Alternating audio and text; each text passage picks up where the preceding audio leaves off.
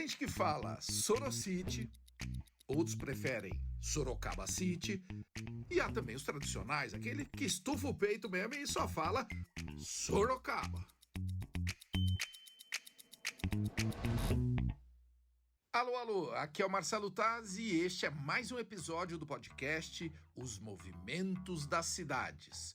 Hoje eu vou te levar para conhecer Sorocaba e contar uma história que envolve vendas de mulas e a construção de uma estrada que mudou a economia de São Paulo.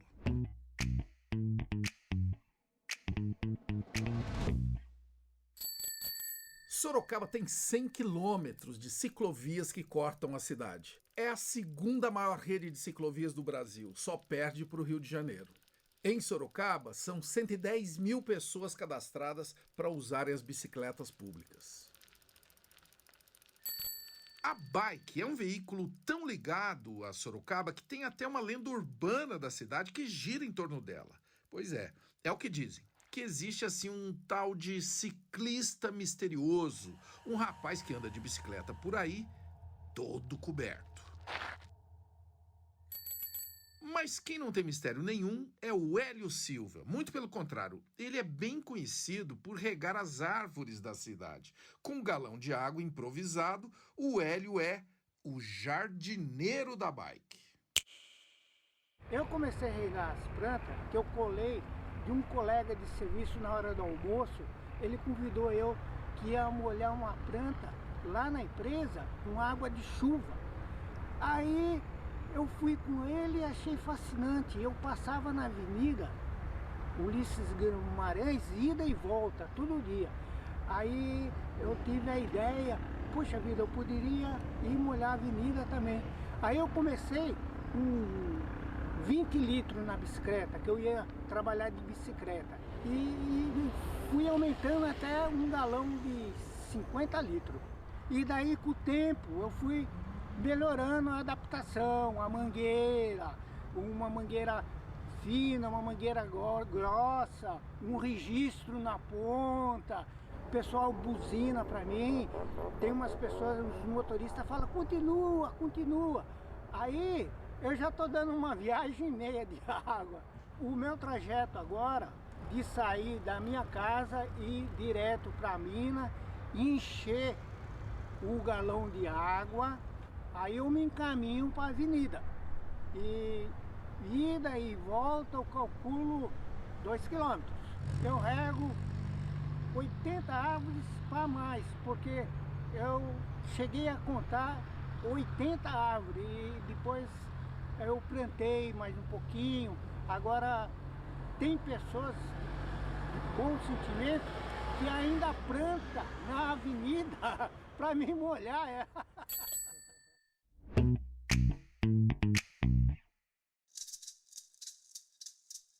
Uma das praças onde o Hélio rega suas árvores é a Praça Carlos de Campos. Ela fazia parte de uma das trilhas do Peabiru.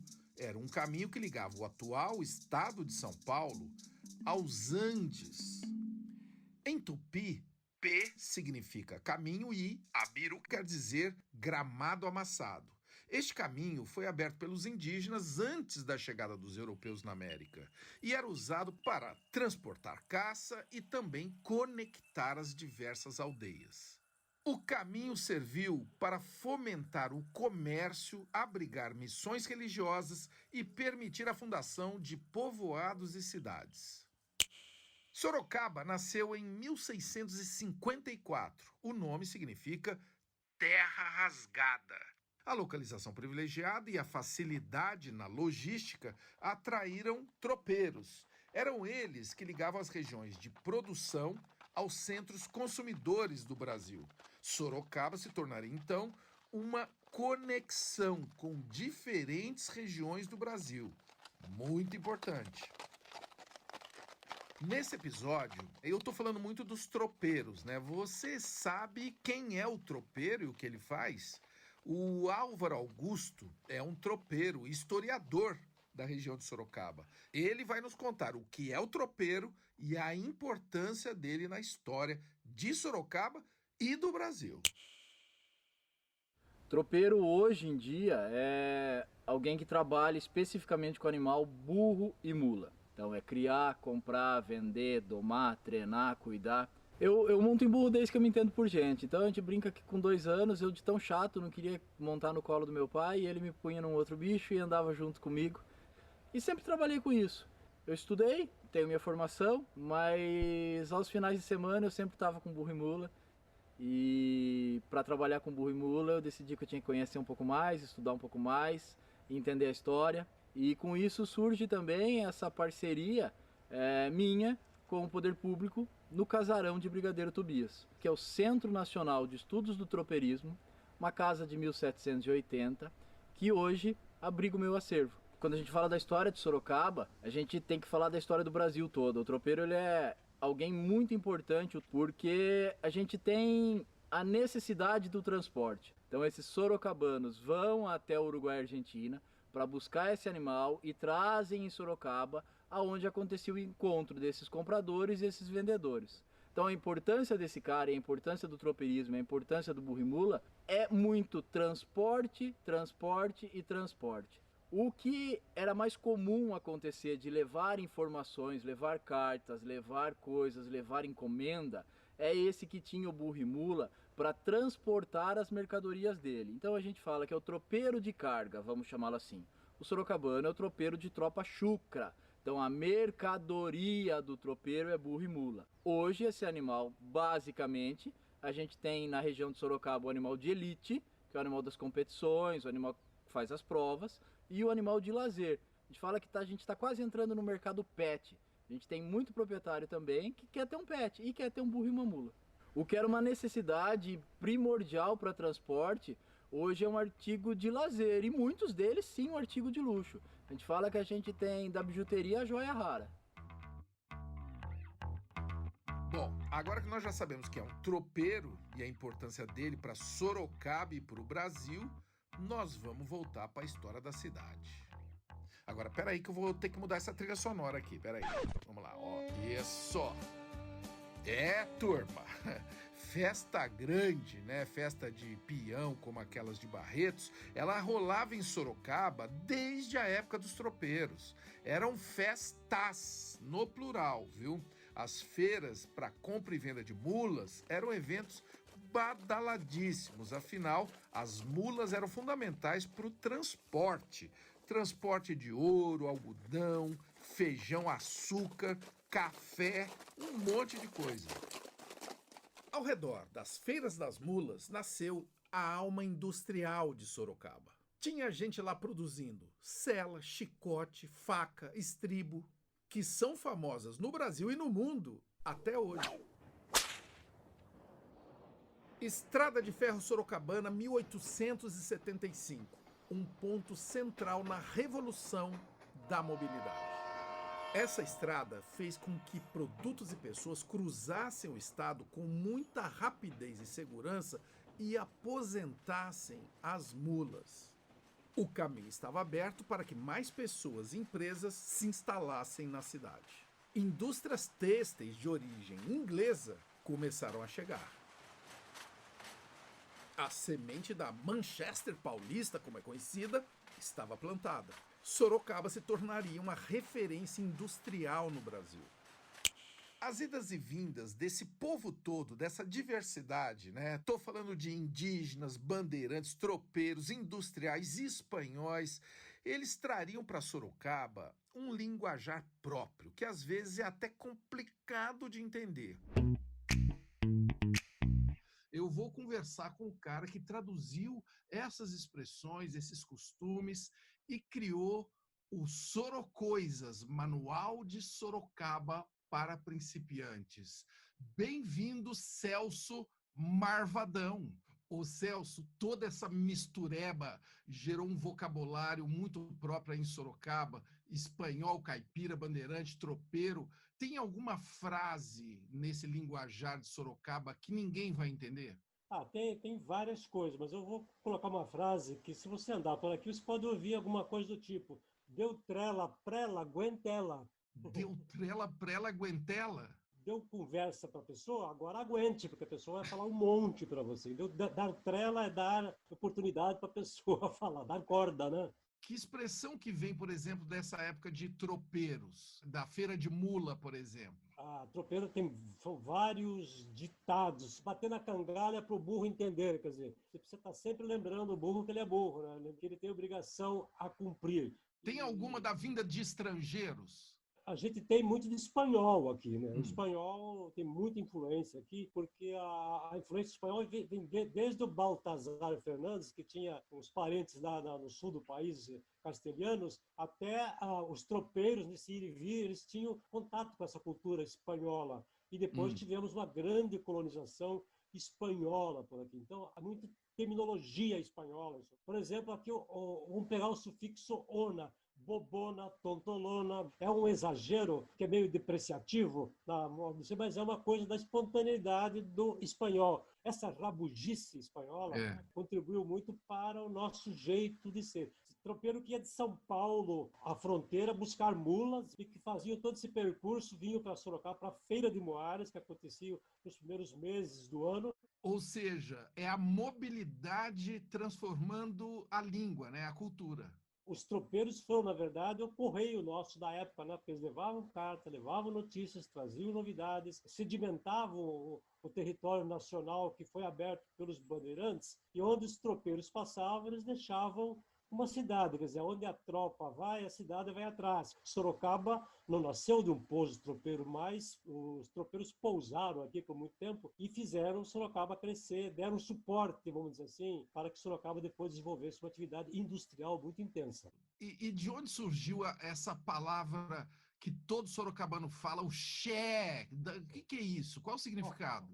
Eu já li muita coisa, Marcelo, que Xé é o nosso correspondente ao Tchê gaúcho, o Tchê Guevara, o Tchê companheiro, o Tchê amigo, é uma palavra dos índios Mapuche, lá da Patagônia, depois os índios guaranis usavam, depois os espanhóis tiveram influência.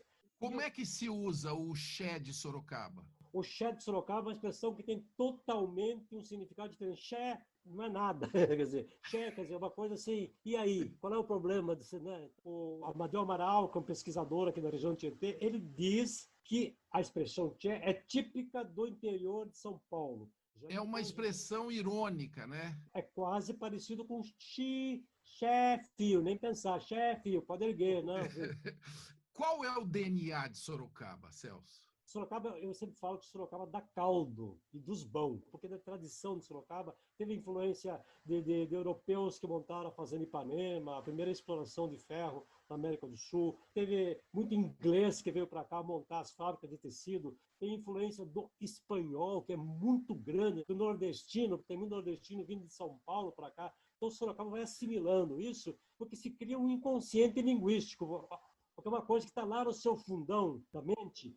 E de repente você quer fazer pose, falar tudo certo, de repente você solta um xé, nem pensar, pode erguer, né? Caipira tá na moda, e uma coisa que tá na moda é esse caldo cultural maravilhoso que se formou. É caldo dos grossos e do bom. Caldo dos grossos. Esse caldo continua no panelão de Sorocaba.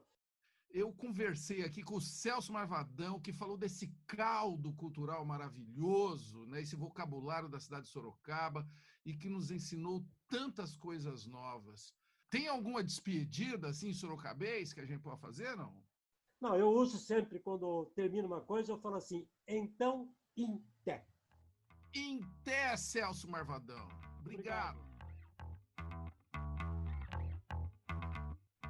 Já faz um tempo que Sorocaba deixou de ser conhecida como a Manchester paulista. As empresas de algodão, de tecido, deram espaço para uma zona industrial diversa, com mais de 600 fábricas. Tem indústria de eletrônicos, de peças, setor plástico, telecomunicações, mercado farmacêutico e indústria automobilística.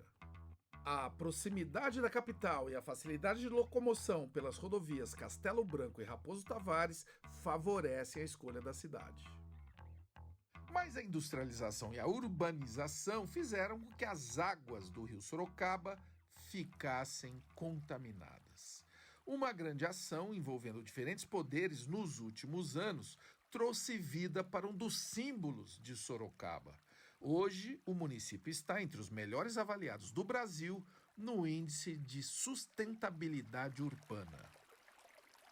Além disso, uma pesquisa da Urban Systems mostra que Sorocaba é a 36ª melhor cidade para se fazer negócios no Brasil.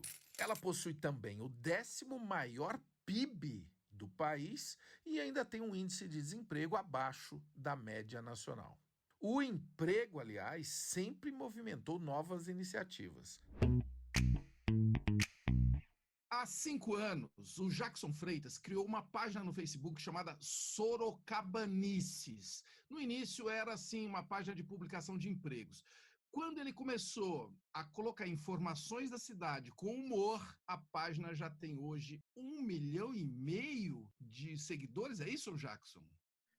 No começo, eu acho que ficou 2 meses como vagas de emprego, no caso. Só que eu vi que muitas vagas que a gente recebia eram vagas falsas. Eu resolvi falar de Sorocaba. Mudei o nome para Sorocabanices. Tanta coisa acontece na cidade que, se não fosse hoje em dia a internet, ia ser difícil de acreditar, viu, cara? O que é uma Sorocabanice?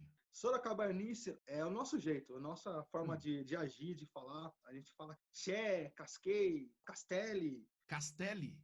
Castelli é tipo assim, eu vou falar, ô Taz, olha aquilo ali, que legal. Eu não vou falar isso pra você. Vou jogar pra você e falar assim, ô Taz, Castelli, só isso aqui, ó, Castelli. Tem uma lenda sobre Sorocaba que os extraterrestres circulam por aí. Como é que é isso?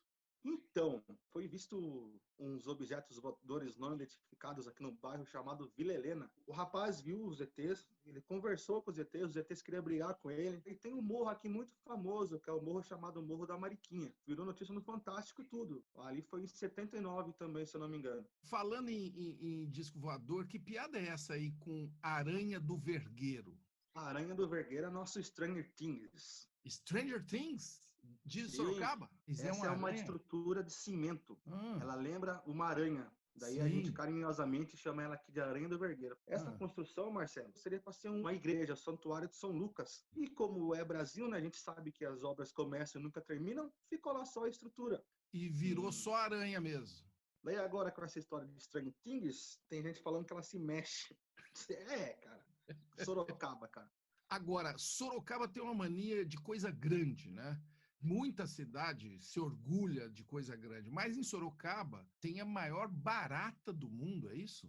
Exatamente, cara. Ela foi encontrada na rede de esgoto, aqui por um funcionário que trabalha na autarquia de esgoto. Ele estava fazendo a limpeza na tubulação há 12 anos. Encontrou o ser estranho e levou para estudos. É um crustáceo, mas o interessante que o biólogo está falando aqui, que é normal achar ela no mar, né? O que estava fazendo no esgoto aqui em Sorocaba? Se o mar fica lá, mais próximo a Ilha Comprida, cara. Mas é só coisa que acontece em Sorocaba. Você já pegou um ônibus invisível do Jorginho? Se eu peguei, eu não lembro. Mas que esse ônibus existe, viu? O Jorginho, ele é uma pessoa especial aqui em Sorocaba. Ele tem esse hábito de dirigir o ônibus dele invisível. Ele ganhou o uniforme de motorista da empresa aqui de ônibus de Sorocaba. E tudo certinho. Ele é um querido pra caramba em Sorocaba mesmo. Isso daí é uma das coisas boas, né? De cidade, de colaboração, de as pessoas se conhecerem, ajudarem, né? Ô Jackson, eu tô vendo que você já tem até a camiseta do Sorocabanices. Vendeu quase tudo. Então esse é o seu trabalho mesmo. Quem estiver achando que você tá só de flauta na vida, não. É o seu trabalho principal. Sim, eu era açougueiro e eu Resolvi não, né? Eu vi que eu conseguia ganhar alguma coisa com sites e parei de trabalhar no mercado, supermercado assim, até Deus permitir eu ficar capaz. Você tem uma profissão muito elevada, Jackson. Você é um sorocabanólogo. Eu e o Marvadão. Valeu, Jackson. Este é o cara, bicho, que começou com uma coisa, ia arrumar emprego para os outros, arrumou o emprego para ele mesmo, contando a história da cidade. Muito bom, Jackson. Adorei falar com você, saber de tanta coisa que acontece aí nessa cidade, até de fora do planeta. Obrigado. Muito prazer mesmo, Taz. E longa vida aos sorocabanices. Olha, outra coisa que não é lenda na cidade, essa eu vi, viu, com os meus próprios olhos, é a coxinha gigante. Ela é feita à mão por Zenir de Souza, uma mulher caprichosa demais. Se você for para Sorocaba, você tem que ver com os próprios olhos. A Zenir vai nos contar o que falta para ela entrar no livro dos recordes como maior coxinha do mundo. Um dia um cliente meu chegou na minha pastelaria e falou bem assim: Zenir, eu quero que você faça uma coxinha para mim levar para o meu cunhado, porque ele é gordinho, então eu quero surpreender ele com uma coxinha o dobro do que você faz. E aí eu fiz para ele uma coxinha que pesou mais de 1 quilo. Hoje nós fizemos uma de 10 quilos, 270 e mais um pouquinho. E se Deus quiser, vou fazer uma de 23 quilos para entrar no livro dos recordes.